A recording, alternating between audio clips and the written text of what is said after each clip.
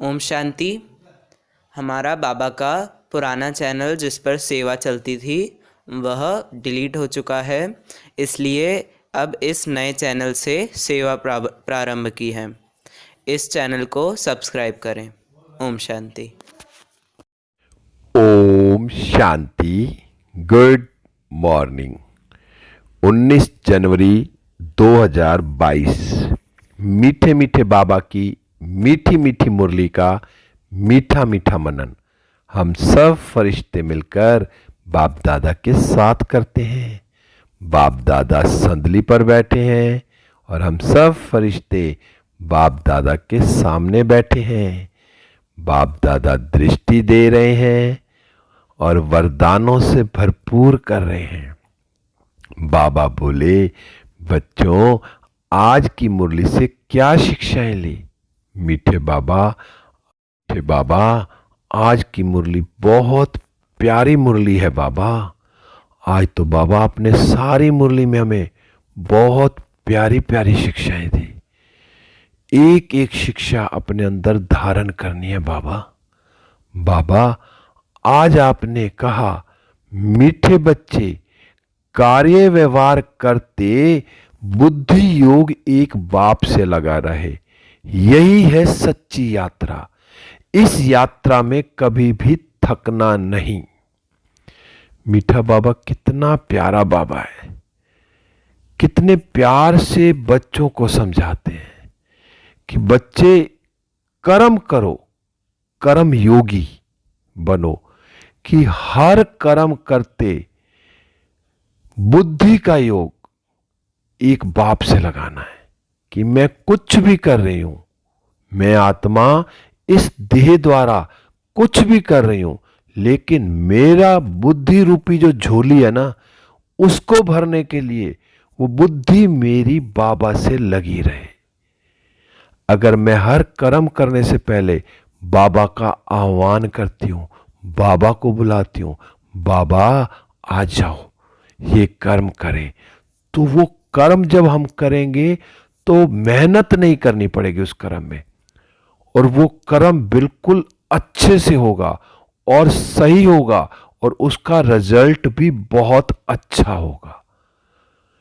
और यही बाबा ने कहा कि जो आपकी यात्रा है ना, रूहानी यात्रा, ये सच्ची यात्रा यही है कि 24 घंटे कुछ भी कर रहे हो, बस बाबा की याद में करना है।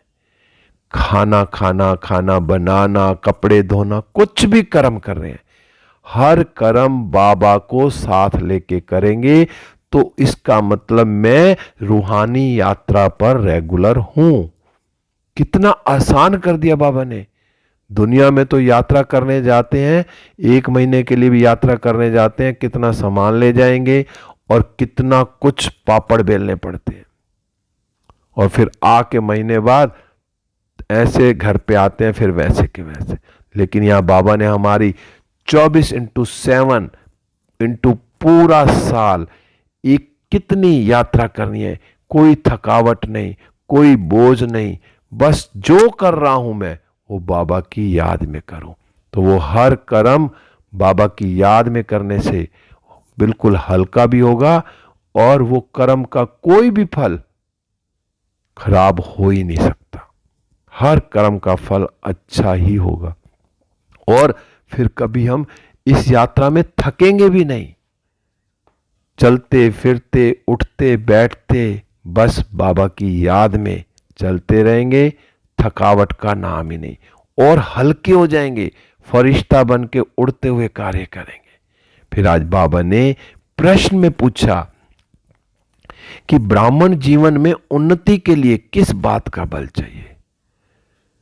दुनिया में भी कहते हैं ना कि जो दुआएं हैं वो दवा से भी ज्यादा काम करती है। तो जितनी दुआएं ले सकते हो, हर आत्मा से दुआएं ले सकते हो, आशीर्वाद ले सकते हो, उतना तुम्हें ना शक्ति मिलेगी, तुम्हारे अंदर बल भरेगा और तुम्हारी उन्नति भी होगी।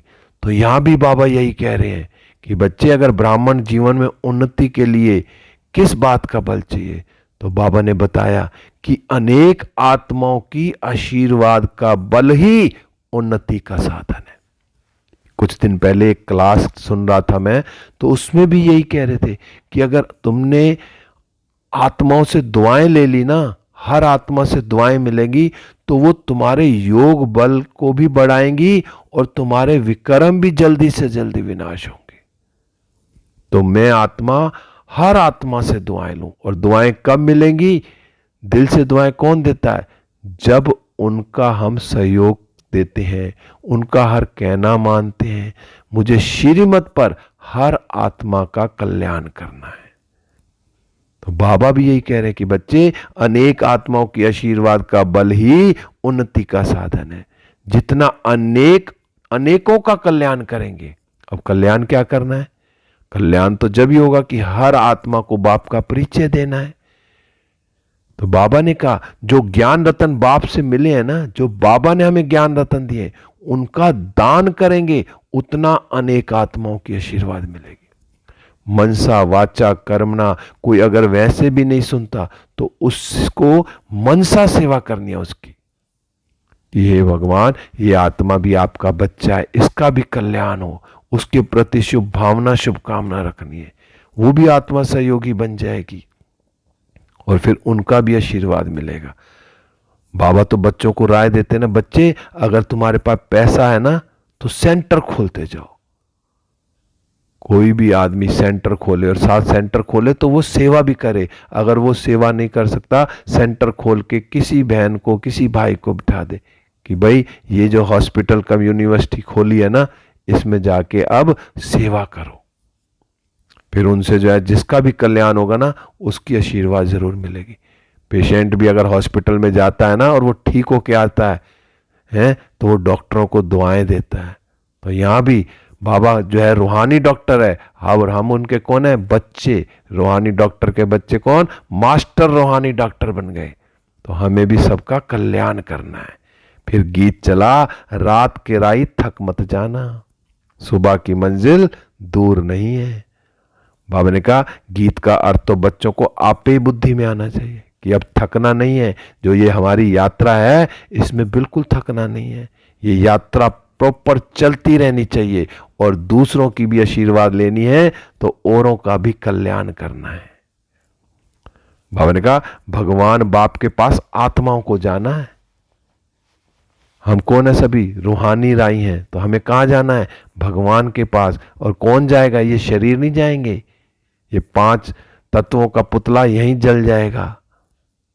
हर चीज जो 5 तत्वों का पुतला है उसी में मिल जाएगा। और हमने क्या जाना है? जो आत्मा आई थी वही आत्मा वापस जाएगी। हमने कहा ऐसे नहीं कहेंगे कि जीवात्मा को जाना है, जीवात्माओं को शरीर छोड़कर वापस जाना है। तो मैं आत्मा कैसे जाऊंगी? बाबा कहा, जब मनुष्य मरते हैं तो कहते हैं ना फलाना बैकुंठ वासी हुआ। बाबा ने कहा, परंतु तुम जानते हो कि अच्छे व बुरे संस्कार अनुसार मनुष्य जो है ना पुनर्जन्म लेता है। क्योंकि जब आत्मा ऊपर से आ गई, अब जाएंगे तो एक साथ आत्माएं। अभी तो आत्मा यही शरीर छोड़कर दूसरा जन्म लेती है। और वो कैसे जन्म लेती हैं? अपने संस्कारों के अनुसार। अगर जिसने अच्छे कर्म किए होंगे तो वो अच्छी जगह जन्म लेंगे, जिसने बुरे कर्म किए होंगे तो फिर उस हिसाब से वो बुरे जगह कर्म जो जन्म लेंगे, तो फिर उनका हिसाब किताब चुकता होगा। तो बाबा ने कहा, जो ये जन्म जन्मांतर के तुम्हारे ऊपर पापों का बोझ चढ़ा हुआ ना, अब तुमको योग बल से ही भस्म करना है, बाबा को याद करना है। बाबा ने कहा, इसको ही योग अग्नि कहा जाता है। काम चिता पर बैठने से पाप आत्मा बनते हैं और इस योग अग्नि से फिर चढ़े हुए पाप भस्म खत्म होते हैं। अब काम चिता को छोड़ योग अग्नि पर बैठना है। और अग्नि क्या करती है? सोने को भी गलाकर कैसा उसका रंग रूप बदल देती है। तो ऐसे ही मैं आत्मा योग अग्नि में बैठकर जो मेरे ऊपर 63 जन्मों के विकर्म चढ़े हुए हैं, उसको कैसे भस्म करना है और मैं अपनी आत्मा को कैसे चमकाना है? योग अग्नि से चमकाना है। तो मुझे अब थकना नहीं है। बस मेरा बुद्धि का योग क्या हो? बाप के साथ लगा रहे। जैसे कि हम यात्रा पर हैं, बस 24 घंटे यात्रा पर, और इसमें कोई थकावट नहीं है। बस इसके लिए क्या करना है? पुरुषार्थ बहुत करना है। और पुरुषार्थ में कोई मेहनत नहीं। अगर दिल है, किसी से प्यार हो जाए ना, उस प्यार में कुछ भी कर लो, थकावट नहीं होती, ना ऐसा मन करता है यार मैं क्या कर रहा हूं। नहीं, जब प्यार हो जाता है ना तो उसके लिए कुछ भी कर सकते हैं। तो ऐसे ही मुझे शिव बाबा से इतना प्यार हो गया है, मैं बाबा की हर बात मानती हूँ। बाबा ने कहा गीता में तो श्री कृष्ण के साथ अर्जुन को दिखा दिया कि एक को ज्ञान सुना है। बाबा ने कहा ऐसी बात नहीं है, यहाँ तो मनुष्य से देवता बनना और पांडव सेना तो जरूर क्या, पांडवों की सेना को ही नॉलेज मिलती है और पांडव पति ही देते हैं। शिव बाबा कौन? पांडव पति, और हम बच्चे पांडव। अब हमें ही नॉलेज मिल रही है। बाबा ने कहा मनुष्यों को तो कुछ भी पता नहीं है। बाबा ने कहा आगे चलकर ना बहुत लोग कहेंगे बरोबर गीता के भगवान ने 5000 वर्ष पहले ज्ञान दिया था। सब कुछ धीरे धीरे सबको पता चलेगा और सब इस बात को मानेंगे कि सच्ची सच्ची गीता कौन सी है। फिर बाबा ने कहा भल ब्राह्मण तो ना दुनिया में भी बहुत हैं, परंतु संगम पर ब्रह्मा की संतान ब्राह्मण कुल होता है।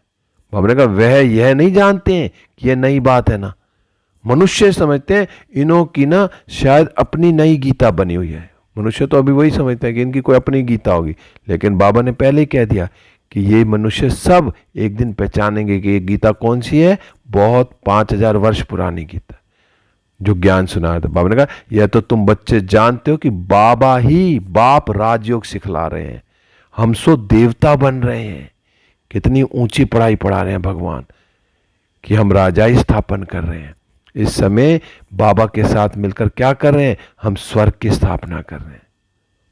बाबा ने कहा ऐसा और कोई नहीं कह सकते तुम्हारे सिवाय। बाबा ने कहा ये तो जो पास्ट हो गए उन्हों की कथाएं बैठ सुनाते हैं। तो दुनिया वाले क्या है, जो पास्ट हो गए उनकी कथा सुनाते हैं। यहां हम महिमा तो गीता की ही करते हैं। तो मनुष्य समझते हैं गीता को मानते हैं, परंतु कौन सी सच्ची सच्ची गीता जो बाबा रोज ये 4 मुरलियों की हमें पेज लव लेटर सुनाते हैं, ये सच्ची सच्ची गीता है। इसको बाबा हमें सुनाते हैं और हम इस गीता से क्या बन जाते हैं, मनुष्य से देवता बनते हैं। बाबा ने कहा ना कि जो भक्ति मार्ग की गीता, परंतु जिसने गीता सुनाई उनसे तुम अब डायरेक्ट सुन रहे हो। स्वयं भगवान जो गीता किसने सुनाई, शिव बाबा ने, शिव बाबा में अब डायरेक्ट सुना रहे हैं। बाबा ने कहा जो बंदर सेना मशहूर है ना, चित्र भी दिखाते ना, hear no evil, talk no evil, see no evil. बाबा ने कहा अब बंदर को तो यह नहीं कहेंगे ना, अब बंदरों की तो बात नहीं है। बाबा ने कहा जरूर मनुष्यों के लिए होगा, क्या कि ना तो हमें बुरा देखना है, ना बुरा सुनना है, ना बुरा बोलना है। बाबा ने कहा भल जो है ना सूरत मनुष्यों की है, लेकिन सीरत क्या है, बंदर की है। इसलिए क्या कहा बाबा ने कहा ह्यूमन बंदरों को कहा जाता है। क्या कहा जाता है कि बुरा मत सुनो, बुरा मत देखो, बुरा मत बोलो। फिर बाबा ने कहा बाबा आपने ये कहा कि तुम बच्चे जानते हो ये जो है ना पुराना शरीर, इससे कुछ ना कुछ होता रहता है। कोई की स्त्री मर जाती है तो कहते हैं पुरानी जुत्ती गई, अब नई जुत्ती ले लो, खरीद लो। शिव बाबा को तो चाहिए भी पुरानी जुत्ती, शिव बाबा नई जुत्ती नहीं लेता। बाबा ने कहा नई जुत्ती अर्थात नया शरीर इसमें आना नहीं है। शिव बाबा को किस में आना, पुरानी जुत्ती में, ब्रह्मा बाबा के शरीर में आना है। बाबा ने कहा जो नए ते नया था ना वही अब पुराना हो गया। जो पहला जन्म श्री कृष्ण का जो नया था वो अब पुराना हो गया। बाबा कहते हैं जो नंबर 1 में था ना वो 84 जन्म इसने लिए। किसने? जो नंबर 1 श्री कृष्ण था उसका 84वां जन्म क्या है, ब्रह्मा का है। जो नंबर 1 पावन था, सर्वगुण संपन्न था, उनको भी पतित बनना पड़े। चक्र है ना पूरा ड्रामा, इस चक्र में जो भी 84 जन्म लिए जिसने क्या, पतित से पावन उसको भी बनना है। अब तब फिर पावन बनेंगे।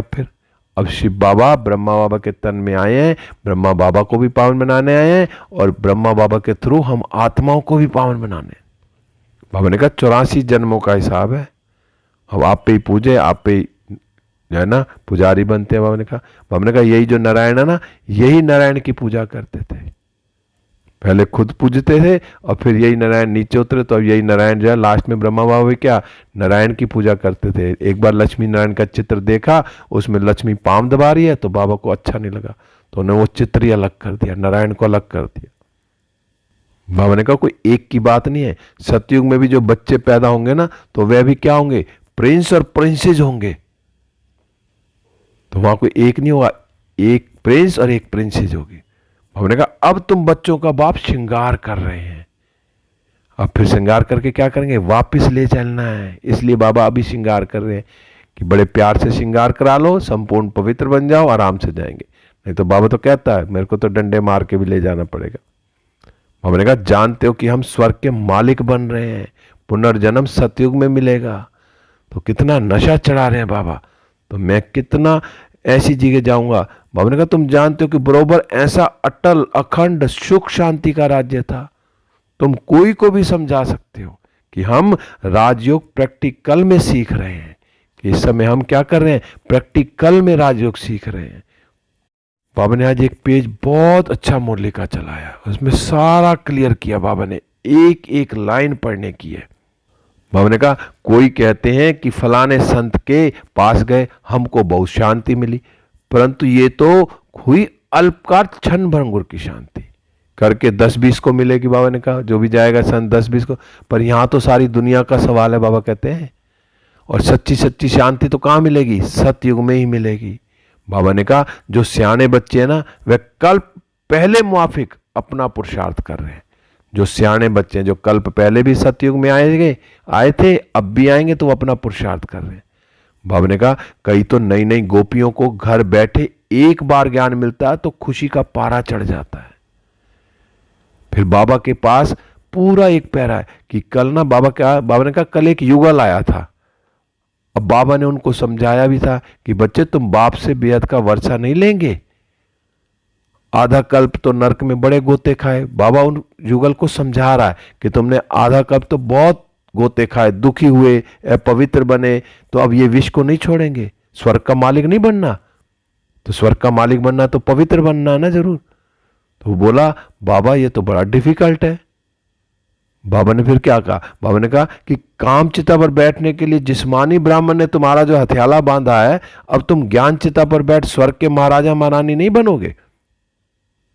तो उन्होंने क्या कहा, उन्होंने तो कहा आपको सहायता देनी पड़ेगी। तो बाबा ने क्या कहा, बाबा ने कहा उनको शिव बाबा को याद करते रहेंगे तो जरूर सहायता मिलेगी। तो करना क्या है, हमने एक शिव बाबा को ही तो याद करना। बोला हाँ याद करूंगा। झट बाप से हथियाला बंधाया, अंगूठी भी पहनाई, ये बाप दादा ने है ना। तो बाबा ने उन युगल को क्या किया, हथियाला भी बांधा, अंगूठी बनाया। क्यों, क्योंकि बेहद का बाप कहते हैं कि बच्चे तुम पवित्र नहीं बनोगे तो स्वर्ग में नहीं चल सकेंगे। यह अंतिम जन्म है, पवित्र नहीं बनने से तुम क्या रजाई खो बैठेंगे। बाबा सब कुछ क्लियर कर रहा है। उसके बाद भी अगर मैं आत्मा नहीं सुधरी तो क्या होगा मेरा। बाबा ने कहा इतना थोड़ा समय भी तुम पवित्र नहीं बन सकते। अब संगम का टाइम कितना बचा है, 100 साल का संगम है, जिसमें से 87 साल तो हो ही गए। तो अब बाबा बार बार कह रहे हैं कि बच्चे कि जितना हो सके बाबा की याद में रहो। बाबा तुम्हारा ज्ञान योग से श्रृंगार कर रहे हैं, तुम ऐसे लक्ष्मी नारायण बन जाते हो। एक एक बाबा का शब्द देखो, हमें लक्ष्मी नारायण बनाने बाबा आया। अगर बाप का नहीं माना तो समझेंगे जैसे इन जैसा कोई महामूर्ख दुनिया में नहीं है। बाबा हमें मूर्ख नहीं बनना। बाबा कहते हैं एक होते हैं हद के मूर्ख और दूसरे होते हैं बेहद के मूर्ख। बाबा ने कहा यहां पर ऐसे नहीं बैठ सकते जो वायुमंडल को खराब कर दे। हंस मंडली में मच्छर मलेच्छों का कोई बैठने का काम नहीं है, क्योंकि ये क्या है, हंस मंडली है, यहां कोई बगला भी नहीं बैठ सकता। बाबा ने कहा भल किसी के पास 50 करोड़ भी है ना, सब वर्थ नॉट पैनिक, क्योंकि ये सब भस्म होना, साथ में तो सच्ची कमाई जानी है। आज बाबा ने सेवा के ऊपर भी कहा कि बच्चे सेंटर खोलो, मनुष्यों का बैठ श्रृंगार करो, यूनिवर्सिटी कम हॉस्पिटल खोलो। तो जितना बाबा की सेवा करना चाहते हैं तो छोटे से छोटा गीता पाठशाला खोलो, जैसे जो कर सकता करो। बाबा कहता है सेवा तो करो। बाबा कहते हैं माया रावण ने ना सबको बर्बाद कर दिया, अब बाबा आकर आबाद करते हैं, सेलवेंट बनाते हैं। बाबा ने कहा पिछाड़ी में बादशाही तुम्हारी होगी। अब बाबा कितना पहले से ही क्लियर कर रहे हैं कि बच्चे पिछाड़ी में तो राजधानी तुम्हारी होगी। लड़ाई के बाद क्या भारत माला माल बनता है। वह तो जानते नहीं है कि इस महाभारी लड़ाई के बाद ही भारत स्वर्ग बनता है। अब भारत को स्वर्ग बनाना है, पुराना मकान टूटेगा तो नया बनेगा। अब सारे एक बार हिसाब किताब खत्म होंगे, सब लड़ाई झगड़े होंगे, सब खत्म होगा तो फिर नया भारत बनेगा। बाबा ने कहा कि जो भाषण भी क्या है, रिफाइंड करना चाहिए, शंख ध्वनि करनी है, लेकिन शंख ध्वनि कौन करेगा? बाबा ने कहा कमल फूल समान है, चक्र भी है, परंतु शंख नहीं है। बाबा तो कहते हैं ज्ञानी तू आत्मा ही मुझे प्रिय है। तो जो आत्माएं सेवा करेंगी, शंख ध्वनि जाके बाबा का परिचय देंगी सबको। गोपियां भी बहुत थी, मुरली में मस्त हो जाती थी ना। कृष्ण की मुरली नहीं है यहाँ, कोई कृष्ण मुरली बजाता था, कोई काठ की मुरली नहीं। बाबा ने कहा यहाँ तो कौन, स्वयं भगवान आकर हम बच्चों को मुरली सुनाते हैं। तो अब मुझे कितना अलर्ट होके सुनना है। बाबा ने कहा देह से जो कुछ भी है ना, इन सभी को फारकती दो, फिर तुम अकेले आत्मा बन मेरे पास आ जाएंगे। अब बाबा के पास हमने कैसे जाना है? अकेले, बिल्कुल। मैं आत्मा अकेली आई थी, अकेली जाऊंगी। तो आज बाबा ने फिर वरदान में कहा कि सर्व बंधन मुक्त भव। बाबा ने कहा व्यक्त भाव की आकर्षण से परे अव्यक्त स्थिति का अनुभव करने वाले सर्व बंधन मुक्त भव। बाबा ने कहा प्रवृत्ति में रहते ना, बंधन मुक्त बनने के लिए संकल्प से भी किसी बंधन में, यहां तक कि अपनी देह में और पदार्थों में फंसना नहीं है। बाबा ने आकर हमें राजयोग सिखाया, सब कुछ करते हुए, देखते हुए भी नहीं देखना। तो मुझे प्रवृत्ति में रहना है, लेकिन कैसे रहना है? बंधन मुक्त बनना है। और बंधन मुक्त कब बनेंगे? कि किसी संबंध में, अपनी देह में और पदार्थों में नहीं फंसना। और मुझे किसी चीज में नहीं फंसना कि मैं आत्मा हूं, मैं आत्मा इन कर्म इंद्रियों द्वारा कार्य करती है और फिर मैं आत्मा। बाबा ने कहा संकल्प में भी कोई बंधन आकर्षित ना करे, क्योंकि संकल्प में आएगा तो संकल्प के बाद फिर कर्म में भी आ जाएगा। अगर जो संकल्प किया, अगर संकल्प में कुछ गड़बड़ हुई तो वो फिर कर्म में भी आ गया, और कर्म में आ गया तो फिर हमारी व्यक्त स्थिति कहां रही? फिर तो व्यक्त स्थिति में ही आ जाएंगे, फिर अव्यक्त तो नहीं बने ना। मुझे तो अव्यक्त बनना है। बाबा ने कहा कर्म में भी आ जाएंगे, इसलिए व्यक्त भाव में आते भी व्यक्त भाव की आकर्षण में नहीं आना। अगर कोई कर्म हो भी गया, लेकिन कोशिश करनी है कुछ मुझे व्यक्त में आना ही नहीं है। बाबा ने कहा तब ही न्यारी और प्यारी अव्यक्त स्थिति का अनुभव कर सकेंगे। कोई संकल्प में बाई चांस आ भी गया, लेकिन मुझे इन कर्म इंद्रियों से नहीं करना वो कर्म। तो अपना बहुत बहुत ध्यान करना कि सारा दिन मैं अव्यक्त स्थिति में रहूं। कर्म किया और फिर अव्यक्त स्थिति में, कोई भी कर्म करूं अव्यक्त स्थिति में होकर करूं कि मैं फरिश्ता बाबा के साथ मिलकर कर्म कर रही हूं। फिर बाबा ने आज स्लोगन में कहा बाप के सहारे का अनुभव करना है ना, तो हद के किनारों का सहारा छोड़ दो। अब बाबा का सहारा अनुभव कब होगा? जब मैं दुनिया के सब हद के किनारों को छोड़ दूंगा। अगर मैंने किनारा पकड़ा हुआ है औरों का, तो बाबा कहेगा पहले तू इसको छोड़े तो छूटे ना। और हम कहते हैं बाबा पकड़ो, इधर से भी नहीं छोड़ रहे और बाबा को भी कह रहे हैं। बाबा कहता है बिल्कुल छोड़ दे, बिल्कुल निश्चिंत, जिसको बाबा पे निश्चय है बिल्कुल किनारे छोड़ दो। अपने आप बाबा का सहारा बिल्कुल अनुभव होगा, 101% अनुभव होगा। फिर बाबा ने आज लवलीन स्थिति का अनुभव कराया कि कैसे लवलीन स्थिति का अनुभव करना है। परमात्म प्यार में सदा लवलीन खोए हुए रहो, तो चेहरे की झलक और फलक, अनुभूति की किरणें इतनी शक्तिशाली होंगी जो कोई भी समस्या समीप आना तो दूर, लेकिन आंख उठाकर भी नहीं देख सकती। किसी भी प्रकार की मेहनत अनुभव नहीं होगी। आज बाबा मेहनत मुक्त बना रहा है कि बच्चे बस परमात्मा के प्यार में ऐसे खोए रहो कि बस चेहरे की झलक और फलक, अनुभूति की किरणें इतनी शक्तिशाली होंगी जो कि कोई समस्या समीप ही नहीं आएगी। तो मैं आत्मा सारा दिन बाबा की याद में रहूं, बाबा मेरे साथ है तो कोई समस्या सामने आएगी नहीं, माया आएगी नहीं, क्योंकि बाबा के साथ बिजी है। ओम शांति। तो आज क्या करना है? सारा दिन बुद्धि मेरी कहां लगी रहे? एक बाबा की याद में, सच्ची सच्ची यात्रा पे लगी रहे। सारा दिन इसी यात्रा पे रहूं और साथ बाबा की सर्विस भी करते रहूं। ओम शांति। अब हम सब फरिश्ते बाप दादा के साथ चारों धाम की यात्रा करते हुए, सारे विश्व को साकाश देते हुए, सूक्ष्म वतन में बाबा से दृष्टि लेते हुए, वरदानों से भरपूर होकर वापस इस देह रूपी मंदिर में पहुंच गए हैं। बाबा की किरणें मुझ पर आ रही हैं और मुझसे चारों ओर फैल रही हैं। ओम शांति, ओम शांति, ओम शांति।